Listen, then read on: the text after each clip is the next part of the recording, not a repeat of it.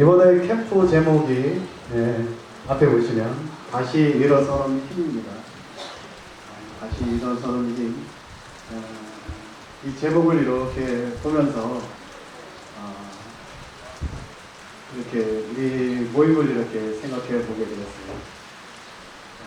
모임도 그렇고 사람이 살아갈 때 다 이렇게 사이클이 있어요. 예를 보면 항상 이렇게 사이클이 좋은 것은 우상향하는 것이 굉장히 좋습니다. 근데 이렇게 보면 직선으로 이렇게 올라가는 우상향하는 것은 없는 것 같아요. 인생이 올라감이 있으면 내려움이 반드시 있습니다. 또 내려움이 있으면 노력하고 또 그러다 보면 또 올라감이 있는 것 같습니다. 우리 모임도 이렇게 생각해 보게 되었어요. 우리 모임 위치는 어디에 있을까 이렇게 생각해 보게 되었습니다. 봤더니 올라갔다가 한참 떨어졌습니다. 저는 그렇게 느꼈어요. 떨어졌다가 다시 올라가는 그 시점에 있는 것 같습니다. 캠프 제목도 그래서 다시 일어나는 힘이라고 이렇게 또 제목을 정하지 않았나 그런 생각을 해보게 되었습니다. 캠프를 할 때 그래 보면 말씀도 듣고 힘 얻는 것도 굉장히 좋은데 또 형제 자매님이 함께 교제하면서 이렇게 서로 간의 마음을 나누는 것도 굉장히 중요하다 이렇게 생각이 들어갑니다. 제가 말이 좀 길어지는 것 같은데 제가 에어컨을 달다 보니까 에어컨을 이렇게 설치한 지가 참 얼마 안 되지 않는데 뉴스에 저와 관련된 일이 이렇게 나왔어요. 뉴스가 나왔어요. 방 안에 스탠드에 투인온 에어컨을 두 개를 다는데 그게 이제 투인온이라고 그러더라고요. 근데 투인온인데 거실에다가 스탠드 하나, 벽걸이 에어컨을 같이 달았어요. 그리고 세상에 이 에어컨 설치하는 사람이 이렇게 설치하는 사람이 어디 있냐고 하면서 큰 뉴스가 나서 화제가 되었습니다. 그런데 저는 에어컨 클럽이라고 하는 카페에 이렇게 가입을 했어요. 그 뉴스가 동영상이 이렇게 기록이 되었는데 올라와 있었고 그 댓글에 나도 이렇게 달았는데 나도 이렇게 달았다는 댓글이 굉장히 많이 올라왔어요. 일반 사람들은 생각하기를 세상에 투인홀인데 거실에 하나 달고 방에 달아야지 라고 이렇게 생각을 합니다. 대부분이 다 그렇게 생각합니다. 아마 여기 계신 성도님들도 그 말도 안 된다고 이렇게 생각하시는 성도님들이 꽤 많으실 것입니다. 근데 그 댓글에는 이런 내용이 있습니다. 어떤 내용이 있냐면 에어컨을 벽걸이를 이렇게 하나를 달게 되면 길이가 길어져요. 기본 배관이 5m인데 한 10m, 12m 이렇게 길어져요. 그러다 보면 추가 비용이 발생하게 됩니다. 그래서 어른들이나 이렇게 돈이 부족하시는 분들은 그 비용이 싫어서 그냥 거실에 달아달라고 합니다. 그럼 거실에 달면 이렇게 그런 분도 계시고 또 어떤 분은 그냥 거실에 달아서 이렇게 덜 추울 때 벽걸이 에어컨 이렇게 간단하게 돌리고 또 이렇게 많이 더울 때는 스탠드 에어컨을 틀겠다고 거실에 그냥 이렇게 달아달라고 해서 그렇게 달았다고 합니다. 우리를 이렇게 모르면은 사정을 모르면 굉장히 이렇게 오해를 하는데 알게 되면 이해가 되는 부분이 굉장히 많습니다. 우리 성도님들도 서로 간에 모르면 또 오해를 하는데 교제하면 참 그 오해 부분이 이렇게 해결된 부분이 참 많이 있는 것 같습니다. 그런 자리가 바로 캠프 자리가 아닌가 이렇게 생각해 보게 되었습니다. 찬양 하나 더 드리고 형제를 통해서 하나님 말씀 듣도록 하겠습니다. 나의 힘이 되신 여호와 22장 찬양하도록 하겠습니다.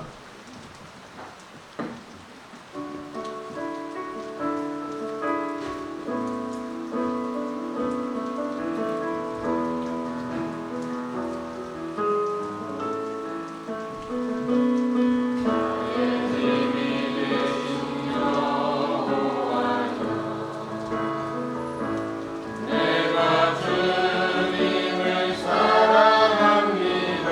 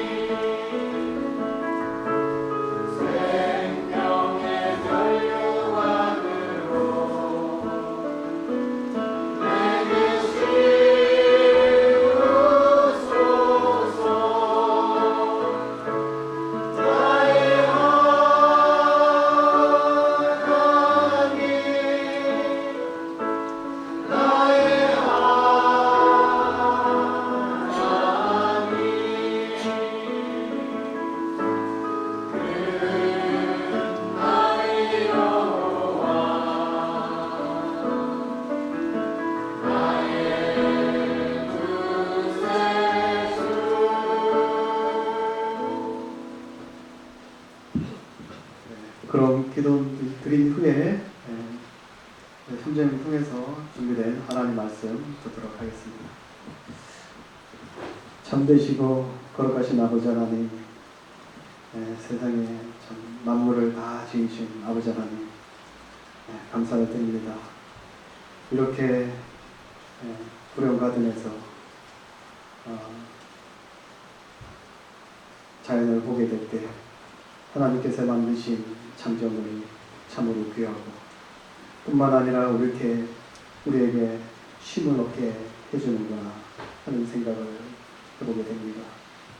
아버지 하나님, 일상에서 바쁘게 살다가 오늘 이렇게 이번 캠프를 통해서 형제 자매들을 이곳에 모아주시고 쉼을 얻게 해주셔서 감사를 드립니다. 또한 하나님 말씀을 통해서 이렇게 다시 일어날 수 있도록 힘을 얻게 해주신 아버지 하나님 감사합니다. 저희들의 삶이 항상 우상향을 바라지는 않습니다. 하지만 아버지 하나님, 그리스도의 삶을 살고자 우상향을 하고자 하는 마음이 누구에게나 다 있습니다. 아버지 하나님, 내려왔을 때 하나님 말씀을 잘 견고히 붙잡고 일어날 수 있는 삶을 허락해 주시길 원합니다. 또한 이와 같이 오늘 이렇게 말씀을 통해서 또 저희들 하나님 말씀이 잘 무장되어서 또 일상에 돌아가서는 말씀을 기억하고 삼고하고 아버지 하나님 말씀을 사랑하면서 매일 삶 속에서 하나님 말씀과 더불어 사는 저희들이 될 수 있도록 하나님께서 은혜를 내려주시길 원합니다. 말씀과 함께 삶이 누구나 최고인 것을 다 기억합니다. 아버지 하나님, 저희 삶을 늘 주장해 주시기 바랍니다. 형제님 통해서 말씀이 전해지게 될 때 저희들 마음을 열어서 말씀을 잘 받아 간직할 수 있도록 도우시기 원합니다. 시종을 주님께 부탁드리며 우리 구주의 승리 이름으로 기도드렸습니다. 아멘. 형제님 나오셔서 말씀 전해 주시겠습니다.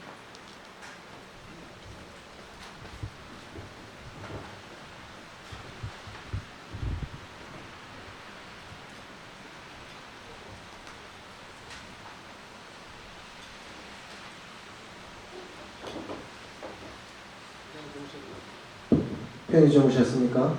네. 짧은 시간이었는데 이렇게 뵙고 또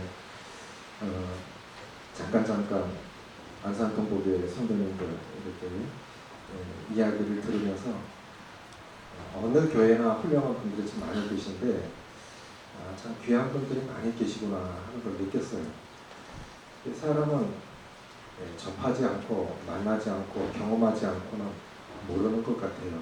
그냥 멀리서 안산동보교회 사진이나 이런 거를 보는 것과 실제로 3일간 특별히 수양회를 함께 하면서 참 이 귀한 분들이 많다 하는 이런 생각을 갖고, 또 하나는 교회가 참 따뜻하다 하는 느낌을 받아요. 이 다녀보면 집안도 그렇잖아요. 어느 가정이든 가보면 가정 분위기가 느껴지고 교회에도 가보면 그 분위기가 금방 느껴져요. 물론 그거 한 번 보는 거로 다 알지는 못하고 깊숙이까지는 모르겠지만 그래도 그것이 느껴져요. 참 분위기가 따뜻하다 하는 생각이 들고, 제가 이제 교회 지나고 나서 보면 대명교회 장로님들 정말 훌륭하셨던 것 같아요. 대구가 지금 한 10만 줄어가지고 젊은이들이 먹고 살 게 없으니까 자꾸 수도권으로 가요.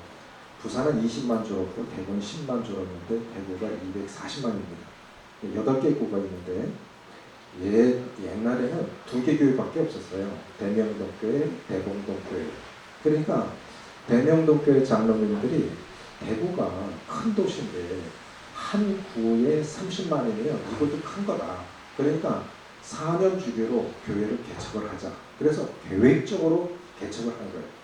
저희보다 먼저 4년 전에 남부교회가 나갔고, 그리고 저희가 1994년 3월 14일 날 개척을 나갔고, 그 다음에 강북교회가 나갔습니다. 그래서 지금은 7개 교회가 있습니다. 생각해보면 저희는 이제 단신 한 가정이 성주교회와 문경교회로 개척을 했고 그 사역자가 다시 이제 본교회로 이 후임 사역자로 오셨어요. 그런데 이게 정말 쉬운 일이 아니에요. 개척을 한다는 것이. 어떻게 그런 일들을 하실 수 있었을까? 사람은 교회가 크면 더 큰 교회 갖고 싶고 욕심이 있을 건데 참 쉽지 않은 일들을 하셨다 하는 그런 생각을 가져봐요. 근데 개척 초기에 큰형님이 저에게 뭐라 그러냐면 잘 하겠지만 이런 교회 되게 했으면 좋겠다. 큰형님이 그러셔요. 명절 때 올라가면 뭐라 그러냐면 본인들이 구원받고 주님 안에 사니까 그런 얘기를 하는 거죠. 울고 들어온 사람도 나갈 때 웃고 나갈 수 있도록 해야 된다. 그게 행복한 교회고 그게 건강한 교회다. 살다 보면 울 일도 많고 별별 일도 다 겪잖아요. 그래서 울고 들어온 사람도 웃고 나갈 수 있는 교회가 행복한 교회다. 그게 건강한 교회다. 그래서 저도 자녀들한테 자주자주 그렇게 얘기를 합니다. 그 교회가 참 따뜻한 분위기여서 참 감사가 되고 분위기도 좋고 또 성도님들도 따뜻하고 해서 오래 기억에 남을 것 같습니다. 요한복음 21장 오늘 마지막 말씀인데요. 요한복음 21장 잘 아시는 말씀 한번 보시겠습니다. 15절부터 17절까지 같이 읽겠습니다. 신약성경 185쪽 요한복음 21장 15절부터 17절입니다. 185쪽 시작. 그들이 조각 먹은 후에 예수께서 시몬 베드로에게 이르시되 요한의 아들 시몬아 내가 이 사람들보다 나를 더 사랑하느냐 하시니 이르되 주님 그러하나이다. 내가 주님을 사랑하는 줄 주님께서 아시나이다. 이르시되 내 어린 양을 먹여라 하시고 또 두 번째 이르시되 요한의 아들 시몬아 내가 나를 사랑하느냐 하시니 이르되 주님 그러하나이다. 내가 주님을 사랑하는 줄 주님께서 아시나이다. 이르시되 내 양을 치라 하시고 세 번째 이르시되 요한의 아들 시몬아 내가 나를 사랑하느냐 하시니 주께서 세 번째 내가 나를 사랑하느냐 하심으로 베드로가 근심하여 이르되 주님 모든 것을 아시오매 내가 주님을 사랑하는 줄을 주님께서 아시나이다. 예수께서 이르시되 내 양을 먹이라.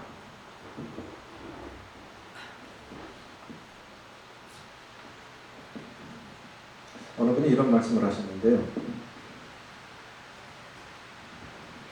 가까이 가보면 성한 나뭇잎이 없고 낱낱이 살펴보면 옳은 사람이 없다.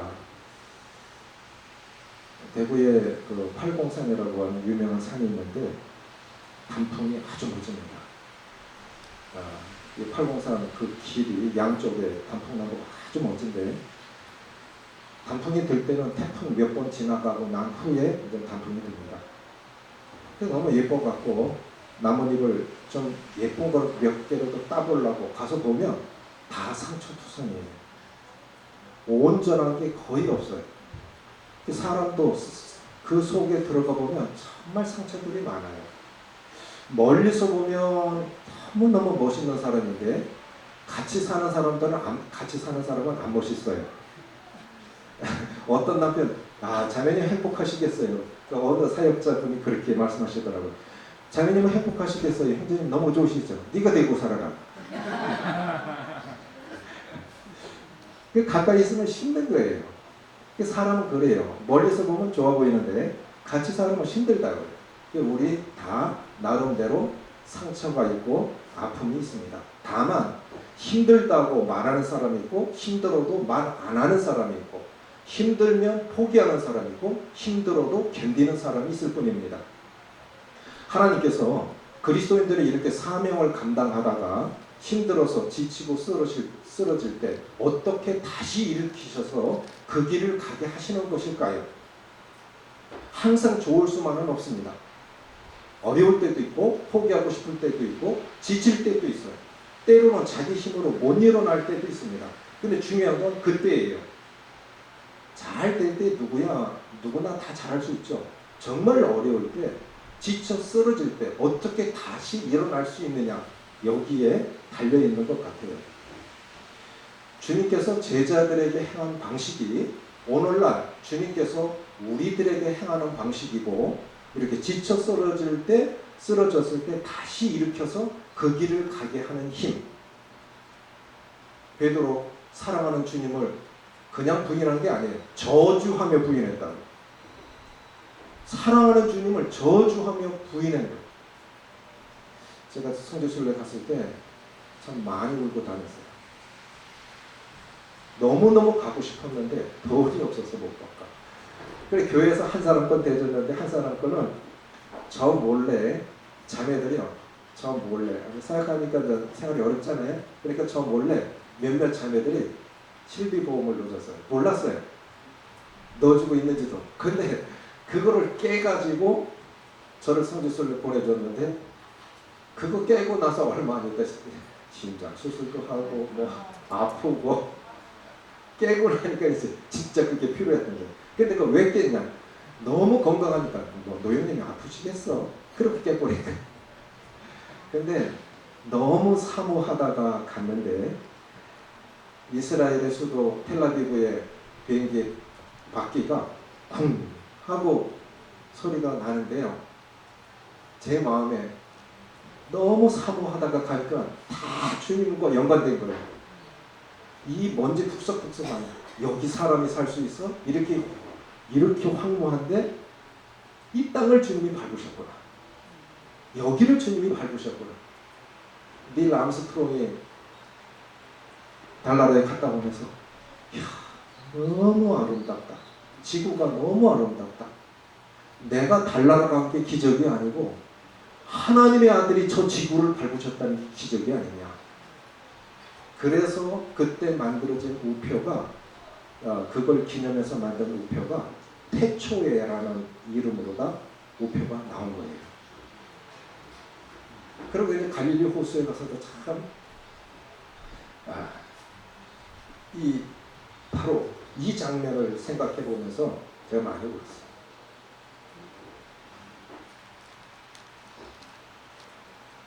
베드로가 또 얼마나 부끄러웠겠습니까? 다른 사람이 아니에요. 그 사랑하는 주님을 내가 저주하며 부인했는데 주님이 다시금 처음에 만날 때도 빈 그물로 고기 한 마리 못 잡았을 때 주님 만나서 그렇게 풍성하게 잡혀서 이분은 사람이 아니라 하나님이시라는 걸 알고 그 앞에 무릎을 꿇고 나를 떠나서서 나는 죄인으로소이다. 이렇게 해서 주님을 따랐는데 그 사랑하는 주님 죽으시고 부활하신 모습을 보고도 또 고기 잡으러 갔는데 그 밤에 아무것도 못 잡았잖아요.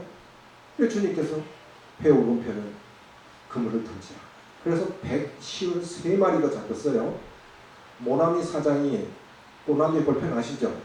모나미 볼펜 사장이 하나님 믿는 사람 같아요. 그래가지고 그 만연필 비싼 거를 만들었는데 153자락을 만들었어요. 그 고기 숫자만큼만. 한정판이죠. 그런데 그게 나중에 몇백만 원씩 팔렸어요. 이렇게 얼마나 실망이 돼요. 우리 같으면 쓸데없다. 사람이 없냐? 사람 얼마든지 써. 그리고 다른 사람 쓸 수 있잖아요. 주님께서 이 포기하지 아니하시고 그 실패한 제자를 다시 일으키셔서 계속해서 그 사명의 길을 가게 하시는 이유는 뭘까? 중요한 건 뭐냐면 실패의 원인과 회복의 원리를 발견하는 것이 중요한 것이라고 생각이 되어집니다. 지금은요, 세계적인 대기업들이 어떻게 신입사원 채용을 하느냐면 우리는 보통 스펙을 쌓는다고 하지 않습니까? 좋은 회사에 들어가기 위해서. 그런데 아마존닷컴, 애플 이런 세계적인 대기업에서는 신입사원을 모집할 때의 그 기준 중에 하나가 살아오면서 얼마나 많이 실패했습니까를 묻는데요. 얼마나 많이 실패해봤습니까? 그런데 실패 자체를 묻는 게 아니에요. 실패 자체로 끝났다는 건 아무 의미가 없어요. 뭘 묻느냐면 그 실패를 통해서 뭘 배웠죠? 이걸 묻는다는 거예요. 그래 이런 것들이 많고 이런 것들이 강할수록 합격할 확률이 높다는 거죠. 저는 이것이 성경의 원리라고 생각이 되죠. 실패가 없는 사람이 어디 있겠어요. 그러면 베드로는 이렇게 주님께서 기대하셨던 베드로, 누구보다도 다른 사람은 다 주님 부인할지라도 나는 주님을 부인하지 않겠고 주님 죽는 데까지 따라가겠습니다. 그렇게 확고하게 하나님 앞에 주님 앞에 결단했던 베드로가 왜 이렇게 실패한 것일까요? 실패의 원인은 뭘까요? 사람마다 다르고 경험마다 달라요. 그래서 우리는 특별히 남에 대해서 쉽게 얘기할 수 있는 것은 아닌 것 같아요. 사연을 듣기 전에 대답하는 자는 욕을 당하리라 했잖아요. 사람마다 다 달라요. 경우마다 달라요. 그러면 베드로는 왜 실패한 것일까요? 제가 분석해 보니까 두 가지인 것 같아요. 베드로가 그렇게 훌륭한 구약을 대표하는 모세와 엘리야, 신약을 대표하는 베드로, 바울, 사도행전 12장까지가 베드로 무대예요. 그리고 13장부터 바울 무대입니다. 그럼 얼마나 훌륭한 분입니까? 교회의 기초를 놓았던 분인데 이 베드로가 실패한 이유는 뭘까? 첫 번째, 따라해 보십시오. 비교의식. 여기 있어요. 비교의식. 마태복음 26장 33절에 보면 베드로가 이렇게 말합니다. 이제 이 밤이 지나면 너희가 다 나를 버릴 거다 라고 주님이 말씀하시니까 베드로가 주님 저는 정말 주님 죽는 데까지 한번 따라가 보겠습니다. 이렇게 말했어야 됐다고요. 저는 주님을 정말 끝까지 따라가 보겠습니다. 이렇게 말했어야 됐는데 다른 사람은 다 주를 부인할지라도 나는 주님을 죽는 데까지 따라가겠습니다. 이 말은요. 쉽게 말하면 안산 동부교회로 말하면요. 김철희 형님은 주님을 부인할지라도 장로님은 주님을 부인할지라도 누구 자매님은 주님을 부인할지라도 나는 정말 믿음을 지킬 거예요. 이런 거예요. 굉장히 위험한 말을 한 거예요. 그리고 쉽게 말하면요. 야고보는 주님을 부인할지라도 또 요한은 주님을 부인할지라도 안드레는 주님을 부인할지라도 나는 안 그럴 거예요. 내 믿음을 얘기했어야 됐다고요. 그런데 우리는 보통 얘기하면 내 믿음 고백이 아니라 이 교회는 이래, 저 교회는 저래, 그리고 다른 사람은 저래. 누구도 비교 의식에서 자유로울 수 있는 사람은 아무도 없습니다. 어느 정도는 비교 의식을 하게 돼 있어요. 그런데 그 비교 의식이 강할수록 그 비교 의식이 나를 무너뜨리고 주위 사람들을 피곤하게 합니다. 사울 생각해 보십시오. 사울이 무너진 이유가 무엇입니까? 사울 훌륭한 사람이에요. 그런데 사울이 왜 무너졌을까요? 특별히 자매님들 말씀하실 때 조심하셔야 돼요. 사모님들 누구를 칭찬해야 돼도요. 비교해서 칭찬하지 마십시오. 그 자체로만 칭찬하시고 그 사람만 칭찬하십시오. 사울이 무너졌던 이유가 여인들이 사울이 죽인 자는 천천히요 다윗이 죽인 자는 만만히요 요것 때문에 사울이 꼭지가 도는 거예요. 그럼 이제 남은 거는 왕 되는 것밖에 안 남았잖아. 저희는 이제 저는 할 수만 있으면 저는 부족하니까 젊은이들이 좀 주님 일을 많이 했으면 좋겠다. 그래서 일찍부터 강단 동역자도 세웠고 전도도 하고 양육도 이렇게 하게 했어요. 그래서 거의 제 수준에서 복음을 전하고 양육할 수 있는 사람이 한 7, 8명 돼요. 전도 집회 거의 안 합니다. 너무너무 잘해요. 청년들도 수요일날 세워요. 그런데 잘해요. 그러면 정말 좋다. 현재 정말 잘한다. 칭찬을 먹고 사는 거예요. 그래, 자식이 부모보다 더 잘하면 좋은 거 아닙니까? 제자가 스승보다 더 잘하면 좋은 거 아닙니까? 그런데 사울이 여기서 무너진 거예요. 이게 참 굉장히 위험한 것인데 병든 자아상 두 가지로 나타난대요. 그게 뭐냐면 쉽게 말하면 병든 자아상은 자존감이 낮은 것인데 자존감이 낮으면 두 가지로 나타난답니다. 하나는 우월감이고 하나는 열등감이래요. 아 나는 왜 이러지? 그리고 자기 자랑 너무 많이 하잖아요. 이것도 결국 자존감이 낮은 거예요. 그러니까 동전의 양면과 같이 너무 우월감을 갖는 것도 자존감이 낮은 것이고 너무 열등감을 갖는 것도 자존감이 낮은 것인데 그럼 자존감은 뭐냐는 거죠? 자존감은 하나님께서 나를 창조하신 모습 그대로를 받아들이고 인정하는 것입니다. 이게 자존감이에요. 제 큰 딸아이 이명고시 3번 떨어졌어요. 참 신기하게요. 얘는요, 시험 치고 나서는 시험 잘 쳤어. 뭡니까? 시험 잘 쳤냐? 시험 어땠냐? 잘 쳤어. 그럼 떨어졌어. 그리고 잘 치고 왔대. 그러면 뭐 끝났는데 뭐. 그 처음에 떨어질 때 0.0으로 떨어졌어. 우리 같으면 속상해갖고 열받아갖고 더 열심히 공부해야 되잖아요. 그 두 번째 시험은 또 떨어졌어. 어떻게 잘 쳤냐? 잘 쳤대. 그리고 또 떨어졌어. 괜찮아, 지나갔으니까. 이게 희한해요. 아무리 어렵고 아무리 열받고 뭐 그러면 지나가면 아무것도 없어. 저는 이렇게 생각해요. 우리 성도들 제가 볼 때는 개성격이 참 좋은 것 같아요. 그거 꿍 하고 갖고 있으면 뭐 좋겠습니까? 내가 왜 그랬지? 그런 방에 처박혀갖고 문 닫고 있으면 부모 마음이 어떻겠습니까? 결국 4번째 됐어요. 자기가 졸업한 고등학교에 들어가서 지금 고등학교에서 영어를 가르치고 있는데 잘해요. 그렇게 그 애들한테도 그냥 열정을 갖고 하니까 제자들 뭐 졸업하면 끝 있잖아요. 그런데 얘네들이 팀이 구성이 돼가지고 애를 낳는데 옷도 사오고 뭐 스승의 날 잔치도 벌려주고 그래서 참 잘한다 그런 생각을 가져봐요. 어쨌든 하나님께서 창조하신 모습 그대로를 받아들이고 인정하는 것. 그래서요, 급한 성격이 나쁜 성격이 아닙니다. 또 느긋한 성격이 좋은 성격이 아니에요.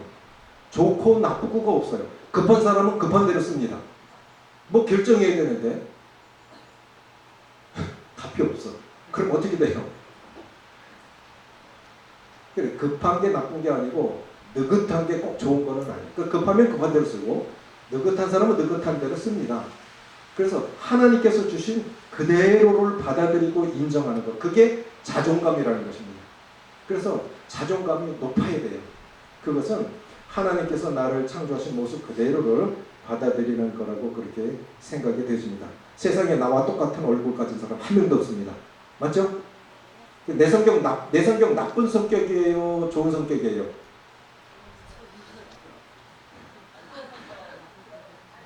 자기 성격에 대해서 만족하시는 분 손 들어보세요. 자기 성격에 대해서.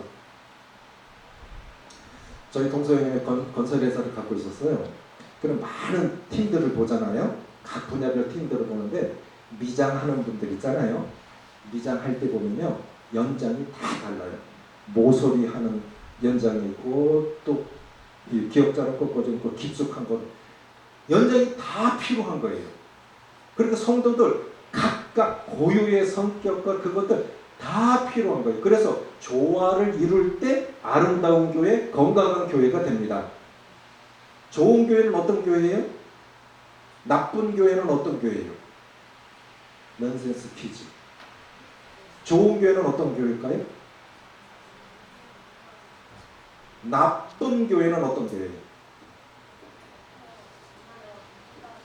예? 답을 드렸는데 그렇죠. 나쁜 교회는요, 나만 좋으면 돼. 주위 사람 애먹이는 거예요. 그러다 보니까 교회가 어떻게 되겠어요? 나빠지는 거죠. 그럼 좋은 교회는 각각의 은사와 재능과 이것들이 조화를 이루어서 하나됨을 이루어가는 교회가 좋은 교회입니다. 그래서 베드로가 알았어야 됐던 것은 이 비교하는, 왜 이렇게 비교를 할까? 그러니까 자기도 힘들고 주위 사람도 피곤하게 만드는 것인데 베드로가 요때만 그렇게 말했던 것이 아닙니다. 요 뒤에 보면 이제 내 양을 먹이라, 내 어린 양을 치라, 뭐 이렇게 쭉 말씀하신 후에 주님, 그러면 제가 힘을 다해서 주님 말씀하시는 데까지, 끝까지 이번에는 실패하지 않고 믿음의 길을 가보겠습니다. 그렇게 말했어야 됐는데 베드로가 또 뭐라고 그랬냐면, 주님 품에 누워있는 그 사람은 어떻게 되는데요? 왜 거기 관심 가져요? 내 길만 가면 되는데 여전히 또 비교하는 거예요. 그러니까 나는 이 길을 가게 하는데 네가 젊어서는 띠띠고 다녔거니와 늙어서는 원치 않는 곳으로 너를 끌고 갈 거다. 그래서 베드로는 십자가에 거꾸로 매달려 죽었다 하지요. 나는 십자가에 죽어도 주님처럼 못 죽어. 나는 거꾸로 매달아 죽여주시오. 그랬대잖아요. 그런데 그럼 자기 어떻게 살 걸 주님 말씀하셨으면 다른 사람들도 각각 사명이 있겠지. 가야 할 인생길이 있겠지. 이렇게 해야 되는데 그러면 요한은 어떻게 되는데요? 내 신앙 똑바로 하십시오. 내 신앙 똑바로 하기도 힘들죠. 그러다 보니까 남을 위해서 기도해 주는 건 좋은데 자꾸 비교하니까 나를 피곤하게 하고 다른 사람도 어렵게 하는 거예요. 그건 관심이 아닙니다. 이 비교의식이 베드로를 무너뜨린 거예요. 두 번째는 뭐냐면 소극적인 삶의 방식입니다. 소극적인 삶의 방식. 누가복음 22장 54절에 보면 베드로가 예수를 멀찍이 따라 제사장의 집들 안까지 들어가서 아랫사람들과 함께 앉아 돌을 쬐다. 멀찍이 따라가더라. 베드로 성격은 굉장히 열정적인 사람입니다. 굉장히 열정적인 사람이에요. 그러니까 자기 성격대로 살아야 하는 사람이에요. 근데 멀찍이 떨어지잖아요. 그때 유혹이 온 거예요. 그러면 우리는 이렇게 생각해 봐야 됩니다. 내가 주님 앞에서 기도의 자리에서 점점 멀어지고 있지 않습니까? 감사의 자리에서 점점 멀어지고 있지 않습니까? 혹은 예배의 자리에서 섬김의 자리에서 혹시 점점 멀어지고 있지 않습니까? 조심하시면 돼요. 도마가 왜 주님 의심했을까요? 그 자리에 함께 있었다면 도마 의심할 사람이 아니에요. 같이 있지 않았기 때문에 의심한 거 아닙니까? 잘 생각하세요. 그러면 시험받게 돼 있습니다. 적극적으로 살지 않으면, 그래서 권투 선수들 하는 말, 최고의 방어는 공격이다. 그러죠? 최고의 방어는 공격하는 거예요. 그래서 함께 불타올라야 돼요. 함께. 그렇지 않으면 시험에 됩니다. 아마 이 출애굽한 백성들이 광야 여행할 때 아말렉이 누구를 공격했죠? 본진에서 뒤처진 사람들. 당연히 뒤처진 무리가 있을까요? 없을까요? 그럼 누가 뒤처졌을까요? 노인들과 소녀들과 낙심한 사람들이 뒤처졌어요. 그러니까 누가 교회에서요 열심히 일하는 사람 통해서 주님의 사탄이 역사하는 게 아니에요. 뒤처진 사람들, 일을 안 하면서 자꾸 말을 만들어내잖아요. 이게 사탄에게 시험받는 거예요. 이게 조심하셔야 돼요. 소극적인 삶의 방식은 나를 무너뜨리는 것입니다. 정말 주님 앞에 열심히 살고 본이 됐던 분이 어느 날 안 보여. 그럼 어떻게 그렇게 할 수 있을까? 어느 날 갑자기 없어진 게 아니고요. 그분은 마음부터 점점 멀어져 가다가 어느 날 없어진 거예요. 맞습니까? 한순간 그렇게 된 게 아니에요. 마음으로부터 조금 멀어져 가다가 어느 날 진짜 없어진 거예요. 멀찍이 따라가시면 시험에 듭니다. 아말렉. 이 사탄은 항상 뒤처진 사람을 공격하게 됐어요. 그래서 함께 불타올라야 됩니다. 그러면 회복의 원리는 뭘까요? 가장 비참한 순간이 가장 중요한 순간이라고 믿습니다. 원치는 않지만 살다 보면 별별일 다 겪어요. 그리고 누군가 그런 말을 했는데 관 뚜껑을 닫기 전까지는 그 사람에 대해서 평가할 수 없다. 맞습니까? 몰라요. 언제 어떻게 살지 모른다고. 그러면 어떻게 살아야 될까요? 살다 보면 별별 내가 겪기도 하고 자녀가 겪기도 하고 교회가 겪기도 하고 성도가 겪기도 하는데 이 어려움을 겪을 때 실패했을 때 회복의 원리는 뭐냐는 거예요. 따라해 보십시오. 실패의 순간에도 하나님은 여전히 우리의 소망이시다. 아멘이십니까? 구원만 하나님의 소망이 아니고 실패의 순간, 가장 처절한 순간, 가장 비참한 순간에도 하나님은 여전히 우리의 소망이십니다. 눈물의 선지자 예레미야, 망할 거다. 그렇게 살면 망할 거다. 안 들어. 하나님 이제 하나님께서 징계하셔서 바벨론에 이제 파실 건데 끌려가라. 그때서야 되더라. 망했죠. 성전이 무너지고 나라가 망했습니다. 그런데 예레미야가 이런 고백을 합니다. 예레미야 1장에 보면 내 고초와 재난과 곧 숲과 담즙, 쓸개, 집이 굉장히 쓰잖아요. 그만큼 쓰디 쓴 상황에 성전이 무너지고 하나님의 임재가 있는 성전이 무너지고 나라는 망하고 아이들 끌려가고 여인들은 욕을 당하고 왕이 두 눈을 뽑히고 끌려갔어요. 살 소망이 없어요. 그런데 이렇게 고백합니다. 그런데도 불구하고 내 마음에 소망이 있사오면 여호와의 인자와 긍휼이 무궁하심으로 우리가 진멸되지 아니함이니이다. 이것이 아침마다 새로우니 주의 성실이 크도소이다. 아직 안 끝났습니다. 아직 안 끝났습니다. 하나님의 은혜가 있는 한 우리 다시 일어설 수 있습니다. 이거거든요. 그래서 가장 비참한 순간, 가장 중요한 순간인데 그런 순간에서조차도 하나님은 우리의 소망이시라는 것입니다. 완전 바닥났어요. 근데 인간적으로 잘 될 때 그게 소망이 아니고 그게 행복이 아니에요. 우리 끝까지 여호와 하나님이 우리의 소망이라는 사실을 굳건히 붙드셔야 됩니다. 그래서 고린도전서 10장 13절에 보면 선조를 생각하는 자는 넘어질까 조심하라. 오히려 잘 될 때가 더 위험한 때예요. 실패하고 부끄럽고 하나님이 쫙 맞추시면요, 오히려 그때는 교만할 거리가 없어요. 그래서 하나님께서 오히려 그런 사람을 새롭게 하셔서 들어쓰시는데 정말 위험할 때는 됐다, 이 정도면 그때가 더 위험한 때라고 그렇게 생각이 되어져요. 그럼 실패한 베드로가 회복받을 수 있는 비결은 이건 전적인 하나님의 은혜였지만, 그러나 베드로의 생애를 잘 연구해 보면 베드로가 회복받을 수 있었던 예수님과의 관계 속에서의 어떤 원리가 있어요. 그게 뭘까? 첫 번째는 따라해 보십시오. 말씀의 힘. 그리스도인들은 영적인 사람들이기 때문에요, 다른 거로 회복되는 게 아니에요. 그리스도인들은 영적인 사람들입니다. 말씀의 사람들입니다. 그래서 말씀이 회복될 때 진정한 회복이 옵니다. 자, 주님을 저주하고 부인했는데 이 원수들이 피워놓은 불을 쬐면서 세 번째 부인했을 때 주님께서 돌아봤어요. 눈이 마주쳤어요. 얼마나 죄송했을까요? 주님의 눈과 베드로의 눈이 마주쳤어요.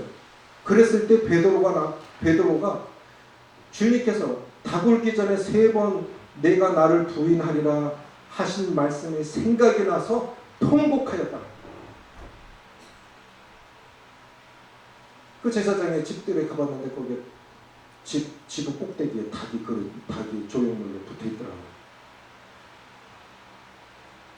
뭐가 생각이 나서 울었어요? 주님이 내가 닭 울기 전에 3번 나를 부인하리라 하신 말씀이 생각이 나서 통곡을 한 거예요. 그런데 그 무너진 그 자리가 실제로는 회복의 시작입니다. 그래, 자기는 그렇게 자기가 고백한 말도 지킬 수 있는 능력이 없다는 걸 몰랐던 거예요. 완전히 무너진 그 자리가 사실은 진정한 회복의 시작이 됐던 겁니다. 그런데 참 감사한 거는 요한복음 17장은요, 주님의 유언장과 같은 것인데 주님이 이렇게 말씀하세요. 이 사람들만 아니라 오고 가는 세대에게도 이 또 다른 사람들이 이 주의 말씀을 가지고 나가서 복음을 전할 때 주님 함께 해주셔서 그들을 통해 하나님의 나라가 이루어지게 해달라고 이렇게 기도를 하시는 모습을 봐요. 내 믿음 하나조차도 지킬 수 없는 나, 정말 정직하게 생각하면 다른 사람을 세워주는 게 아니라 어떤 때는 내 믿음 하나조차도 지켜갈 수 없는 이 연약한 나를 다시 회복시켜 주셔서 또 다른 사람들을 세워가게 하시는 그 은혜, 그것이 말씀의 힘에서 시작이 됐다는 거예요. 말씀이 있는 사람은 다시 일어설 수 있습니다. 그 상황이 아니라 말씀이 없어서 못 일어나요. 그래서 말씀을 주시기를 기도해야 되리라고 생각이 되지고 사도 바울이 그 로마로 갈 때 자기가 원했던 것은 그렇게 풍랑 만나고 죄수로 잡혀가는 그 방법은 아니었어요. 그래도 주님께서 그 방법을 허락하셔서 이제 가는데 유라굴로라고 하는 태풍을 만나죠. 그래 해와 달이 안 보여요. 꼼짝없이 죽은 목숨입니다. 얼마나 힘들겠어요. 망망대해 깜깜한 거예요. 아 진짜 배 타보니까요. 비행기도 그렇겠지만 배 타보니까요. 외도라고 하는 거제도에 아주 멋있는 섬이 있어요. 갈까 말까 하다가 선장에 가자 그래서 갔어요. 올 때 풍랑이 심하니까 이제 풍랑이 너무 심하니까 좀 생각하시고 잘 잡으십시오. 뭐 올라갔다 내려왔다 올라갔다 하니까 정말 두렵더라. 아무리 큰 배도요. 제가 인터넷 사진을 보니까 큰 배들은 기름 싣고 다니는 배들은요 10만 톤에서 30만 톤입니다. 운동장 큰 경기장 운동장보다 훨씬 커요. 그런데 그 배가 반 딱 잘려졌어요. 칼날로 두부 자르는 것처럼 쫙 잘라 그 쇳덩어리가 딱 잘려졌다. 그래서 뱃사람들이 미신을 많이 믿는 게 그거예요. 바다에 가보면 얼마나 자연이 무서운 것인 줄 알아요. 그런 거를 그 시대에 목선으로서 나무로 만든 배를 타고 가면서 그 태풍을 만났으니까 얼마나 무서웠겠어요. 다 두려워하는 거예요. 그런데 선장이 있고 다 두려워하는데 자기는 죄수로 끌려가는 거 아닙니까? 바울이. 그런데 오히려 바울이 선장 노릇을 하고 있죠. 여러분이요 안심하라. 어젯밤에 여호와께서 나는 여호와께서 내게 말씀하신 대로 우리 목적지까지 로마까지 무사히 갈 거다. 죽지 않는다. 그리고 안심을 시키죠. 여러분이요 안심하라. 나는 여호와께서 내게 말씀하신 대로 되리라고 여호와를 믿노라. 누가 누구를 안심시킵니까? 선장이 승객들을 안심시켜야 되잖아요. 그래 누가 안심시키고 있습니까? 말씀을 갖고 있는 사람이 안심시키는 거예요. 말씀을 갖고 있는 사람. 그래서 말씀을 갖고 있는 것이 정말 중요해요. 그래서 말씀을 갖고 있는 사람, 이 사람이 사실은 제일 무서운 사람이에요. 죽음도 안 두려워요. 그렇죠? 상황이 두려운 게 아니라 말씀이 없는 것이 두려운 것이라고 그렇게 생각이 되어져요. 두 번째는 뭐냐면 기도의 힘입니다. 우리 성도님들, 장로님들과 앞선 인도자들에서 많이 기도하시죠? 어제도 말씀드렸지만 제가 제일 고마운 분들은 저를 위해서 기도하신 분들, 기도한다는 말을 들었을 때 제가 제일 고마워요. 그거보다 더 큰 힘이 없는 것 같아요. 사실 인도자들은 무거운 짐을 지고 가는 사람들이고 제일 공격을 많이 받아요. 주님 말씀하셨죠. 내가 목자를 치리니 양떼가 흩어지리라. 우리 대통령을 위해서도 많이 기도하셔야 되고 인도자들을 위해서도 많이 기도하셔야 돼요. 기도가 지키는 것입니다. 사실 교회를 기도가 지키는 거예요. 이광영님이 한번 이렇게 얘기를 하시더라고요. 기도하지 않는 교회는 사탄이 지붕 꼭대기에서 벌렁 들러누워서 잔대요. 그러면 기도하는 교회는 사탄이 바빠갖고 난리 친다는 거죠. 사탄의 목적은 우리가 예상할 수가 없어요. 어떻게 역사할 수 있을지. 베드로가 회복될 수 있었던 두 번째 원인은 주님의 기도였습니다. 주님이 뭐라고 기도하셨습니까? 내가 사탄이 너를 밀가부로도 청구하였는데 내가 내 믿음이 떨어지지 않기를 기도하였노니 너는 돌이킨 후에 내 형제들을 굳게 하라. 그럼 무엇 때문에 회복받은 거예요? 가룟 유다는 자살해 죽었는데 베드로는 회복받았어요. 그럼 무엇 때문에 회복받은 거예요? 첫째는 말씀의 힘이고 두 번째는 주님의 기도, 주님의 중보 기도 때문에 회복받은 거예요. 창세기 19장에 보면요. 하나님께서 들의 성들을 멸하실 때 아브라함을 생각하사 롯을 그 엎으시는 중에서 내어 보내셨더라. 그럼 롯은 누구 때문에 살아가고 있는 겁니까? 아브라함 때문에 살아가고. 그래서 저는 한 번씩 생각해요. 난 기도 많이 못하는데 기도하는 분들 때문에 내가 오늘도 살아가는구나. 기도하는 분들 때문에. 그렇게 기도하는 것이 얼마나 중요한 것입니까? 서울 북부교회 가니까 중복 기도팀이 있더라고요. 중복 기도팀이 있어요. 근데 그분들은 시시각각으로 실시간으로 기도 제목을 올려요. 그러면 교회 어려움이 있다. 어느 가정에 어려움이 있다. 그럼 중복 기도팀이 즉각적으로 기도하기 시작해요. 여전히 기도가 능력이라고 믿습니까? 정말 믿으세요? 기도가 능력이라고 믿으세요? 기도가 능력이에요. 한 가지만 말씀드릴까요? 제가 시티아에서 호주 현역에 간증을 하시는데 아이들 데리고 해변에 갔는데 해변에서 하셨나 보죠. 신발을 잃어버렸대요. 그래서 아이들에게 이때 하나님의 능력을 경험했으면 좋겠다 하고 같이 해변에서 놀고 또 그 기도했대요. 하나님, 이 신발을 찾게 해주십시오. 허락하신다면 우리 집 우편 사상함에 이 신발이 들어있었으면 좋겠습니다 하고 기도했대요. 웃기는 기도죠. 그거 안 되면 기도 꽝이면 아빠 기도 부도나는 기도 아니야? 나 그런 기도 안 해. 이게 모험한 거 아닙니까? 그렇죠? 근데 집에 왔는데 우편 안에 신발이 들어있는 거예요. 저는 안 믿어지더라고 이거예요. 그렇잖아요. 그 집 주소를 어떻게 안다고? 안 믿었어요. 저희 아이들이 어렸을 때 다른 건 못했는데 몇 달 동안 피아노 학원을 딸 둘을 보냈어요. 근데 애들이 가만히 갑니까? 학원비 봉투 하나 들고 장난치며 가다가 떨어뜨리고 잃어버린 거예요. 야 이놈아, 그 돈이 어떤 돈인데 우리에게 그건 얼마나 큰 액수고 내가 여유가 있어서 보낸 게 아니고 야단야단을 쳤어요. 그리고 같이 기도하자. 기도하기 시작했어요. 기도하는데 잃어버린 돈이 오겠습니까? 기도하기 시작했어요. 그래서 저는 한 3달 지나니까 그렇지, 틀렸지. 집사람 계속 기도했어요. 아버님 새벽마다 가서 기도하십니다. 어느 날 아파트에서 방송이 나오는데 노다은 아버님은 관리실로 좀 와주십시오. 그럼 나 동명이익도 있는 거 아닙니까? 그래서 우리는 아니겠지 하고 믿음이 없으니까 아버지가 좀 대신 가보시죠. 저는 우리 안 가고 아버지 보낸 거예요. 아버지 갔다 오고 나서 할렐루야 그러는 거예요. 생각해 보십시오. 3달 전에 잃어본 10몇만 원, 그게 돌아올 리가 없잖아요. 3달이 넘었는데. 그런데 어떤지 아십니까? 그 돈을 어떤 분이 주신 거예요. 주워갖고 어떻게 썼냐? 그 아파트 입구에 오뎅 장수, 트럭에서 오뎅 장사하시는 분이 계셨어요. 가난하니까 아는 분이니까 지인이니까 그분 반 주고 그분 반은 자기가 쓴 거예요. 부인이 아주머니가 쓸 수 있죠, 뭐 잊어버린 거니까.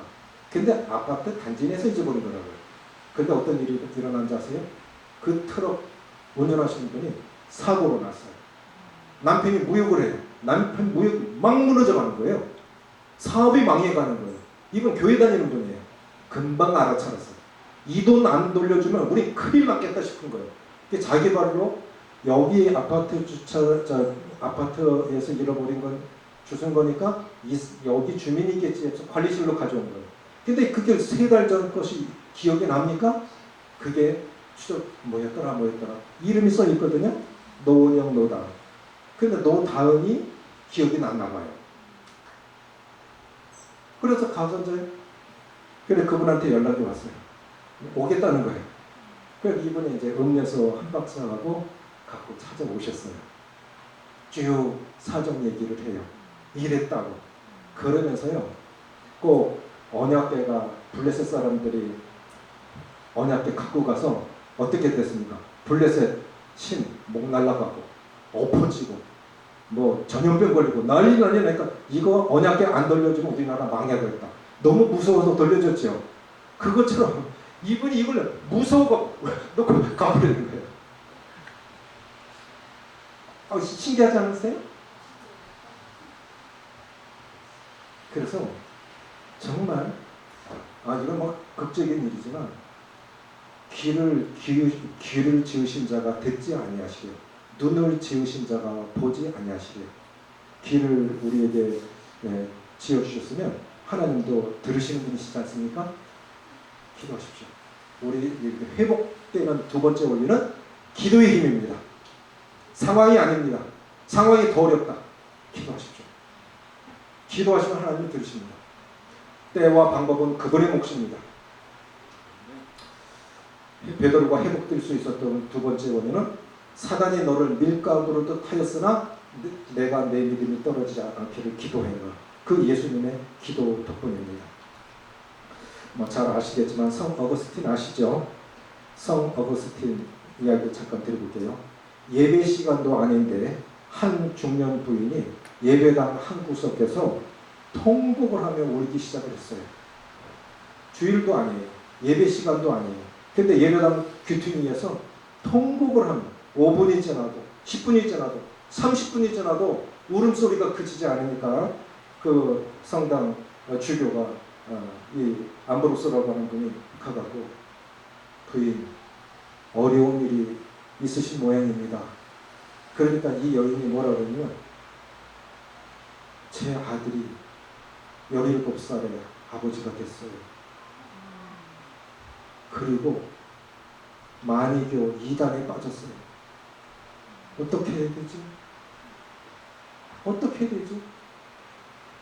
17살에 내 아들이 아버지가 됐고 2단에 빠졌어요. 어떻게 해야 되겠습니까? 하고 통곡을 하는 거예요. 그때 이 암브로스라고 하는 이 주교가 하신 말씀이 그 유명한 말이 된 거예요. 뭐냐면 부인 걱정하지 마세요. 기도하는 어머니의 자식은 결코 망하지 않습니다. 그 말이 거기서 나온 거예요. 그래서 어거스틴이 성 어거스틴이 될 수 있었던 거예요. 그 어머니 이름이 모니카입니다. 그래서 기도하는 여인의 자식은 망하지 않습니다. 라는 말이 여기서 나온 거예요. 저는 그렇게 생각해요. 로마가 어떻게 망했는지 아십니까? 소련이 어떻게 망했는지 아십니까?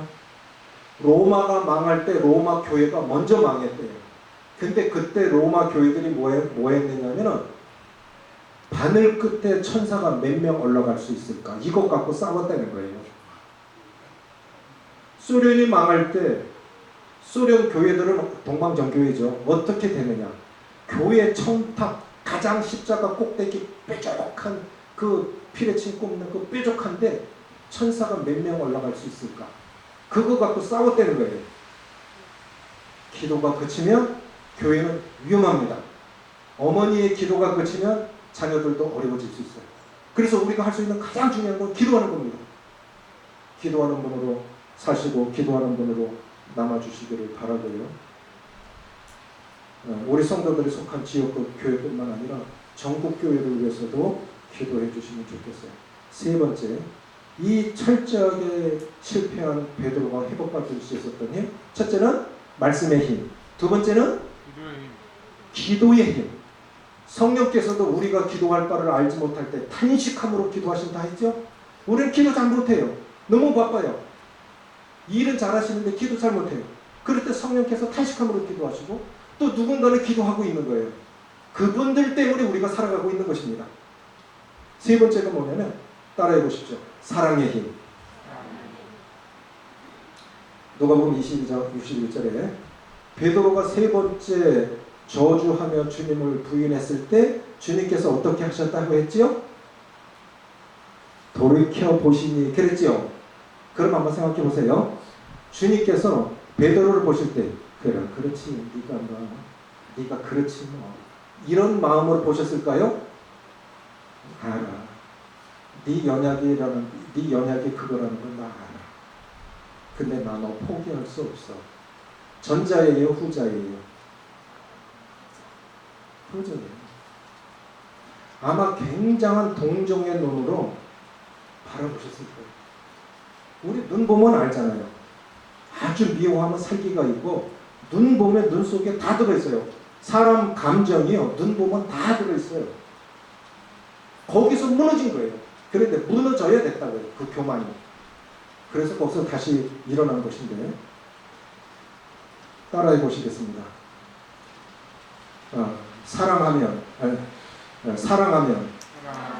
이 사람 저 사람이 다 이해가 가고 미워하면 누구도 이해가 안 간다. 맞아요? 사랑하면 이 사람 저 사람 이 상황 저 상황이 다 이해가 가요. 그런데 미워하면 누구도 이해가 안 돼요. 그래서 누군가를 잘못했을지라도 마음에 미워하는 마음이 생기면 돌이키시면 돼요. 그 잘못이 문제가 아니고 그 상황이 문제가 아니고 내 마음에서 사랑이 식어졌다는 것을 회복하셔야 돼요.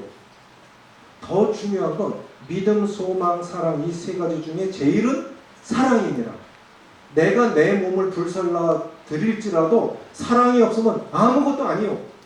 아무리 헌신을 해도 사랑 없으면 꽝이라는 거예요. 그 사랑이 제일 중요한 거예요.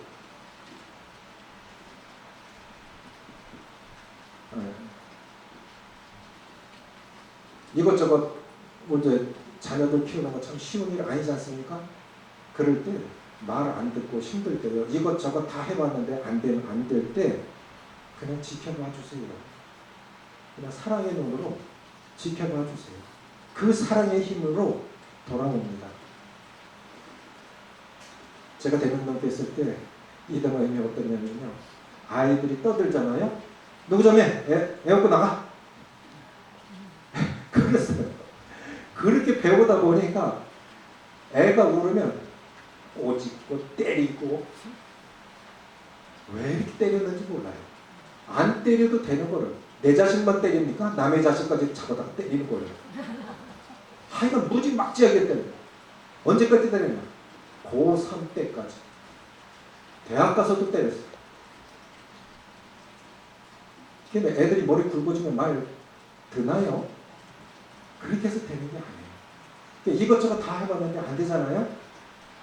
결국은 사랑이 변화시키더라. 결혼해서 지도 지새끼 낳아보고 하니까 딸들이 얼마나 잘하는지 몰라요. 미안할 정도로 잘해요. 이게 사랑의 힘이 변화시키는 거지 때리는 게 변화시키는 게 아니에요. 그래서 사랑의 힘이 사람을 변화시킨다 그렇게 생각이 되지고 마지막으로 네 번째 뭐냐면 믿음의 힘이 사람을 변화시킵니다. 15절부터 17절이 바로 그겁니다. 내가 나를 사랑하느냐? 네, 제가 주님을 좋아합니다. 그럼 내 어린 양을 먹이라. 네가 나를 사랑하느냐? 네, 제가 주님 좋아합니다. 그러면 내 양을 치라. 네가 나 사랑하느냐? 그러면 내 양을 먹이라. 자신이 없어요, 이제가. 완전히 무너지고 난 다음에 주님은 아가페 사랑으로 부르셨거든요. 근데 베드로가 자신이 없으니까 저는 그냥 친구 우정으로서 주님 제가 주님 좋아해요. 그런데 첫 번째, 두 번째는 주님이 아가페 사랑으로 부르셨어요. 그런데 세 번째는 뭐라 하냐면 베드로가 고백한 우정으로 부르셨어요. 너 나 좋아하니? 무서운 거예요, 이제는. 그것도 못할 것 같아. 친구 우정도 못 지킬 것 같아. 철저하게 무너져 봤으니까 자기가 고백한 그것도 못할 것 같아. 그랬더니 무서운 거예요. 근데 한번 자보십시오. 인간이 하나님을 믿는 것은 당연한 거 아닙니까? 맞죠? 인간이 하나님을 믿는 건 당연한 것인데 하나님이 우리를 믿어주신다고 하는 것 이것이 은혜고 이것이 기적이 아닐까요? 그런 베드로를 믿어주신 거예요. 여전히 내가 고백하고 내가 결심했던 그것들조차도 못 지켜가는 나를 지금도 또 믿어주시는 거예요. 그래서 우리가 그 길을 갈 수 있는 것입니다. 그러면 우리도 누군가를 그렇게 믿어줘야 되지 않겠습니까? 우리는 보통 그렇게 말해요. 사람은 믿을 때선 못 된다. 그게 맞는 말이지만 이 주님께서 우리를 믿어주시는 그거에 생각해보면 그렇게는 안 되는 거예요. 배신당해도 믿어야 되는 거예요. 믿어줘야 되는 거예요. 설교하고 내려오면 젊은이들이 뭐라냐면 자기도 마음에 안 드니까 풀이 죽어갖고 이렇게 내려와요. 그럼 제가 뭐라냐면 잘했어. 참 잘했어. 사역자가 잘했다니까 진짜 잘한 거예요. 호주 형님이 이런 간증을 하세요. 제가 지금까지 뭐 많은 분들은 안 들어봤지만 빌포드라는 분이 계신데요. 그분은 성경 전체를 꿰고 있는 것 같아요. 그래서 제가 저분은 성경에 뭐가 적혀 있을까? 어떻게 저렇게 말씀을 잘 전하실까? 자기 간증을 하는데 청년 때 장로님이 한번 설교를 하라고 시켰대요. 복음을 전하라고 시켰대요. 엄청나게 준비해갖고 올라갔는데 앞이 하얘요. 그래갖고 성경을 외워갖고 올라갔는데 너희는 여호와를 만날 때 거기서 그쳐버린 거예요. 한 말씀도 다 못 외워갖고 그걸 다시 한 10번 반복하고 내려와 버린 거예요. 얼마나 창피한 일입니까? 교회 안 갖고 싶겠죠.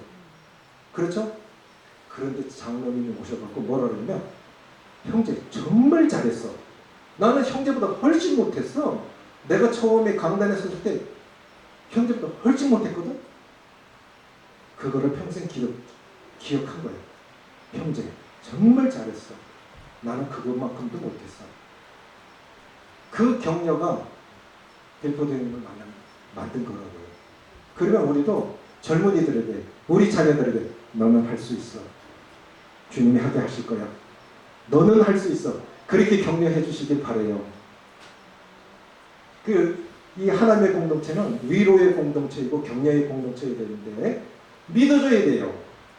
우리가 배신당할지라도 믿어줘야 됩니다. 제가 어느 분한테 이런 얘기를 들었는데요. 오래전 일인데 한 30년 전 일인데 교회 재정을 1,000만 원 빌렸대요. 너무너무 어려워가지고 사업하는 분인데 그런데 재정 보시는 장로님이 다른 사역자하고 의논을 갖고 빌려주십시다. 우리가 못 받더라도 형제가 중요하지. 30년 전에 1,000만 원 크잖아요. 부자 교회니까 가능했던 거예요. 1,000만 원보다 형제가 더 중요한 거 아닙니까? 공감을 한 거예요. 빌려주십시다. 그런데 잠적한 거예요. 끝난 거예요. 못 받더라도 형제 사랑이 더 중요한 거지 돈이 중요한 게 아니다. 못 받을 건 각오하고 빌려줬는데 진짜 교회를 뜬 거예요. 안 나와요. 어디 사는지도 몰라요. 그런데 몇십 년이 지난 뒤에 몇 배의 값을 가지고 교회를 찾아온 거예요. 뭐라고 했을까요? 이 돈이 아니라 형님들이 나를 믿어준 그 믿음 때문에, 그 사랑 때문에 내가 믿은 이 신앙을 회복할 수 있었습니다. 그런데 빈손으로 못 돌아갈 것 같아서 이 돈이 아니라 몇 배의 값을 가지고 돌아올 수 있었습니다. 저는 이제 예배드리기 시작할 겁니다. 그럼 돌아왔다. 우리 형제를 믿어줘야 돼. 자매들을 믿어줘야 돼. 자녀들을 믿어줘야 돼. 그 믿음이 하나님의 사람으로 만들어 가리라고 믿습니다. 우리 부모들 그렇게 믿으시겠죠? 내가 만들어가는 게 아니고 하나님께서 그렇게 만들어 가시리라고 믿고 격려하고 잘 이렇게 위로해 주셨으면 좋겠습니다. 누구나 다 실패할 수 있어요. 상처가 있습니다. 말하지 않을 뿐이지. 그런데 다시 일어서는 힘, 이 베드로가 일어설 수 있었던 다시 일어설 수 있었던 사명의 길을 갈 수 있었던 첫 번째 힘은 뭐라고요? 말씀의 힘. 두 번째는 기도의 힘. 세 번째는 사랑의 힘. 네 번째는 믿음의 힘. 이 네 힘이 안산동북교회 따끈따끈하게 이루어져서 여기 있는 성도들뿐만 아니라 회복받아야 할 성도들도 회복받고 구원받아야 할 사람들도 이 사랑에 녹아져서 구원받고 정말 하나님의 영광스러운 교회로 건강한 교회로 계속 성장을 해서 세상에 거룩한 영향력을 미치는 교회가 되기를 소원합니다. 기도하시겠습니다. 아버지 하나님, 한 가지를 오래 하다 보면 거룩도 참 두렵고 하나님을 공경하고 두려워하는 이 거룩도 때때로 오래 하다 보면 익숙해져서 거룩도 거룩이라고 느끼지 못하고 이 하나님 앞에 사는 지금까지 우리가 받고 누리고 살아온 모든 은혜들도 자주 받다 보면 은혜의 가치도 희석이 되어져서 은혜를 은혜로 이해하지 못하고 그렇게 살아갈 때 오히려 없는 것, 부족한 것 때문에 원망 불평할 때가 얼마나 많은지, 우리는 잃어버리고 나서야 그 가치를 깨달을 때가 얼마나 많은지요. 건강도 그러하고 하나님께서 지금까지 나를 축복하신 것들도 그러합니다.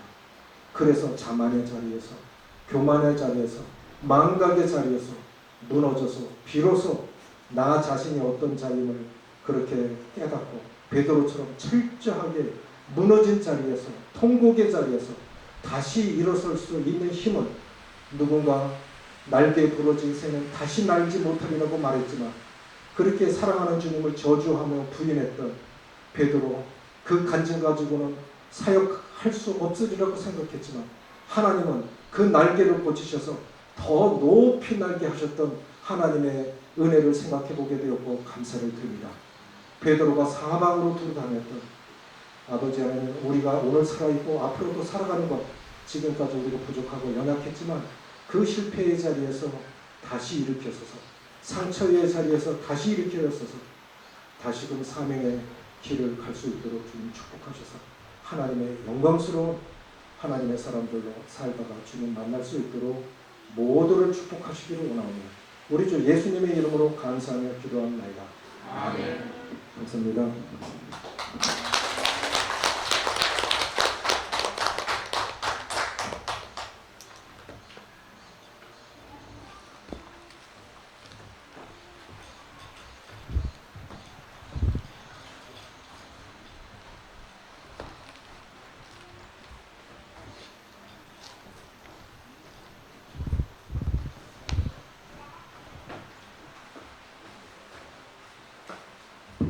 예, 형제님의 귀한 하나님의 말씀 너무 잘 들었습니다.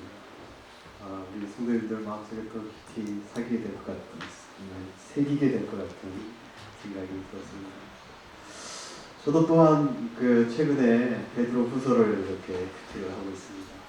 그런데 베드로가 어떻게 자기 죽음을 알고 난 후에, 자기 육신의 장막을 벗을 때가 되었다고 한 후에, 알고 난 후에 자기의 모든 것을 이렇게 성도님한테 이렇게 많은 것을 설파하더라고요. 이 사람이 어떻게 이렇게 됐을까라고 생각했더니 오늘 이렇게 형제님을 통해서 베드로가 참 하는 말씀이 있었고 또 베드로에게 또 기도하는 사람이 있었구나, 그런 생각을 가보게 되었습니다. 역시 말씀이 중요하고 기도가 중요하고 또 사랑이, 믿음의 힘, 이렇게 중요하구나 생각이 듭니다. 이 단계가 있는 것 같더라고요. 단계가, 이게 선생님이 첫 번째, 두 번째, 세 번째, 네 번째 이렇게 하셨잖아요. 이게 성도들이 이렇게 성장하는 단계 같아요. 그런 생각이 이렇게 들었습니다. 성도님은 어느 단계에 있는지 참 궁금하기도 하고 그렇습니다. 저는 참 열등감이 많은 사람인데 또 비교의식도 강하고 참 그랬던 사람인데 주님께서 저를 참 긍휼을 이렇게 베풀어 주셔서 아주 작은 자존감이나마 이렇게 세워주신 것 같아, 그런 생각이 들게 되었습니다. 9장 찬양하고 또 이렇게 앞으로 어떻게 진행할 건지 말씀드리겠습니다.